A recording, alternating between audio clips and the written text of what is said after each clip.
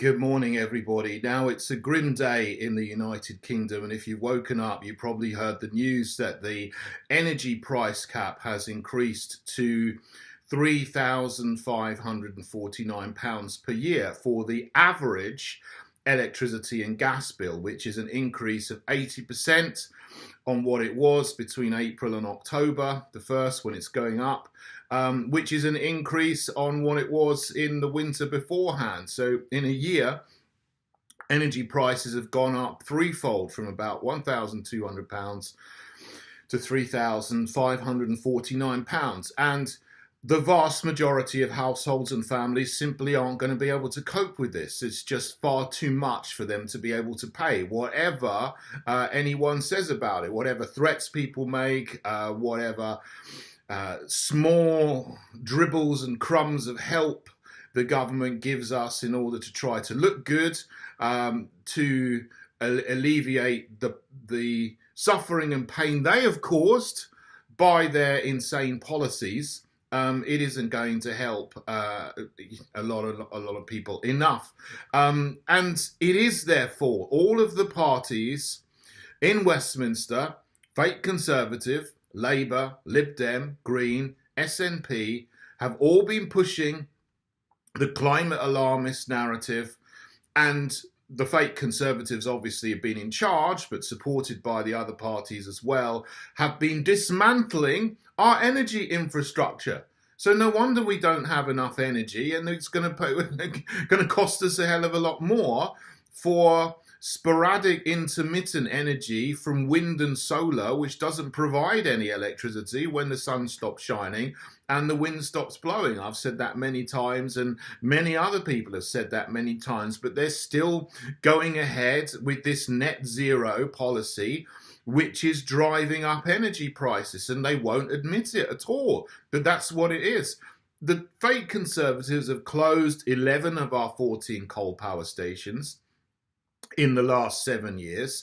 They haven't provided the money to keep open the huge gas storage facility at Rough in the North Sea, which would have made a huge gas reserve that could have lasted us months and then kept the energy price a lot lower, because gas obviously is needed for gas, but 60% of our electricity at the moment comes from burning gas in gas power stations, because they've closed down the coal power stations and because the wind and solar farms they put up don't provide enough energy.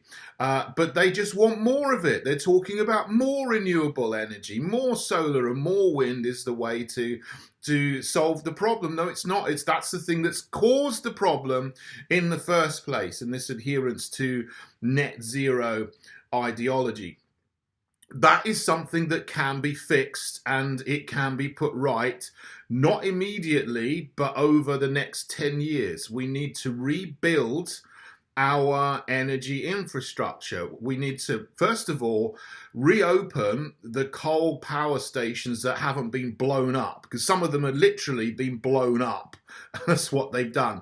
But there are a couple of power generators at Drax which are unused. They could immediately be reopened and start to burn coal. That would give us another 4 gigawatts of power in the grid, which is about 10% of our energy needs. Immediately, they could do that. Why has nobody done that? They could reopen the storage facility for gas at Rough in the North Sea, but they haven't done that. They're talking about it, but they haven't done it yet.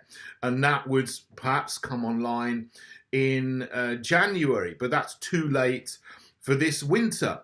They're taking deliveries of liquid natural gas from Australia, but there's nowhere to store it in the UK.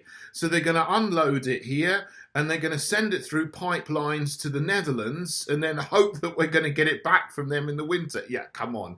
Yeah, pull the other one. That's just not going to happen. Once it's gone, store it in the Netherlands and Germany. When they've got an energy crisis, do you think they're going to give it back to the UK? I don't think so, but that's what they're touting as their plan. It's absolutely insane. Even a child could tell you this isn't going to work. A child has more intelligence than the average fake Conservative, Labour, Lib Dem, Green, or SNP, NP, I think.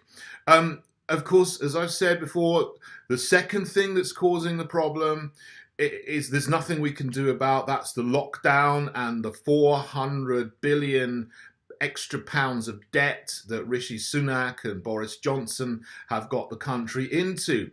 And Rishi Sunak there saying, oh, I won't get us any extra debt because that's going to cause inflation. He's the one who's caused the inflation by inflating the national debt by 25%. I mean, this is gaslighting, extraordinary, par excellence, extraordinary gaslighting from Rishi Sunak, saying he's not going to do the very thing that he's done to cause the problem, or one of the problems, which is the devaluation of the pound through the increase of national debt, for the totally unnecessarily draconian response to whatever virus was there, SARS-CoV-2, in April 2020, which didn't need locking down, masking everybody up, injecting everybody, and so on and so forth. We should have just carried on normally and naturally, like a lot of countries around the world who are in less of an economic hard, devastating situation than we are in the UK.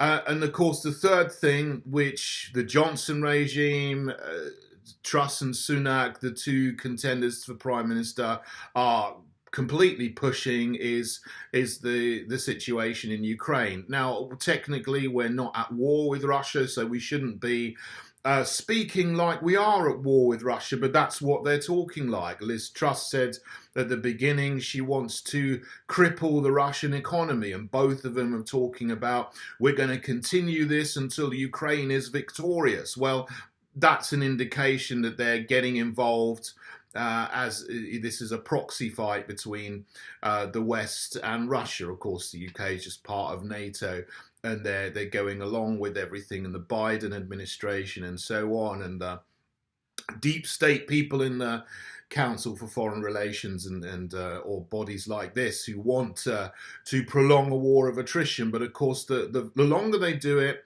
the longer this is going to go on, the more Ukrainian conscripts are going to lose their life, along with the actual National Socialist hardcore people who wear these National Socialist symbols all over their bodies and flags. I don't have any sympathy for them, but the poor boys who are getting conscripted and forced to go in to the front lines are going to lose their lives unnecessarily. And that is because Western leaders like Johnson and others want to continually go to Kiev and have photo opportunities and stand in front of a blue and yellow flag and say, we stand with Ukraine and we're going to continue this conflict, when we should be trying to de-escalate and end the conflict. Because of course, the longer it goes on, the more it's going to affect energy prices, which are directly linked into this. Now, it's too late now to stop what's coming. I think probably Putin is going to completely shut off gas supplies to the European Union and the UK at the end of September. And I wouldn't blame him, because he calls Western nations hostile nations or unfriendly nations, which is exactly what Western nations have been. If we'd have stuck to the Minsk Accords, the Minsk agreements, this whole conflict would not have happened. But it hasn't. The Minsk agreements haven't been stuck to, and then it's happened. And no one seems to have shown any kind of understanding of this in the West, apart from Viktor Orban, Prime Minister of Hungary. He seems to be the only Western leader with any modicum of sense. So if we'd have sort of done that, stuck to them, this wouldn't have happened. But now we need to get round the table and figure this situation out, to stop the conflict and to end the situation that could blow up into a nuclear conflagration, which is even worse. That would make our energy troubles look like child's play.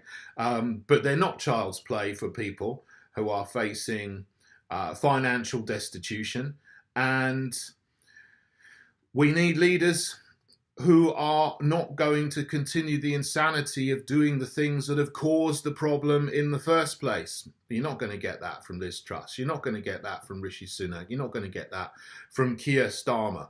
Hopefully, you will get that from me if you join me in the Heritage Party, which we've set up to be an alternative on the ballot paper to Conservative, Labour, Lib Dem, Green, SNP.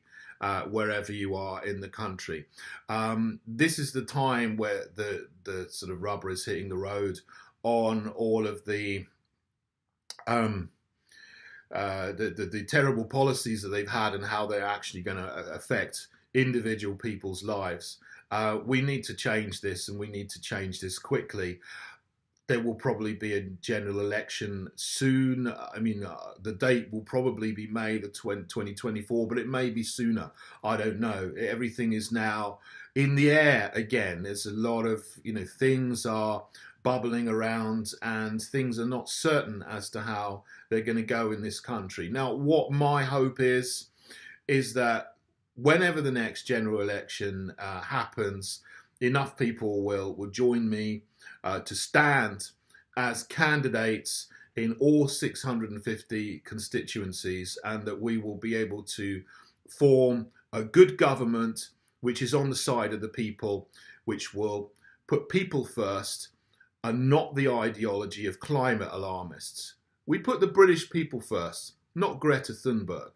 We put the British people first, not Volodymyr Zelensky. We put the British people first, not Anthony Fauci or Professor Neil Ferguson. And that's what the Heritage Party wants to do. So please come and join me. Join me at heritageparty.org. Thank you, everyone.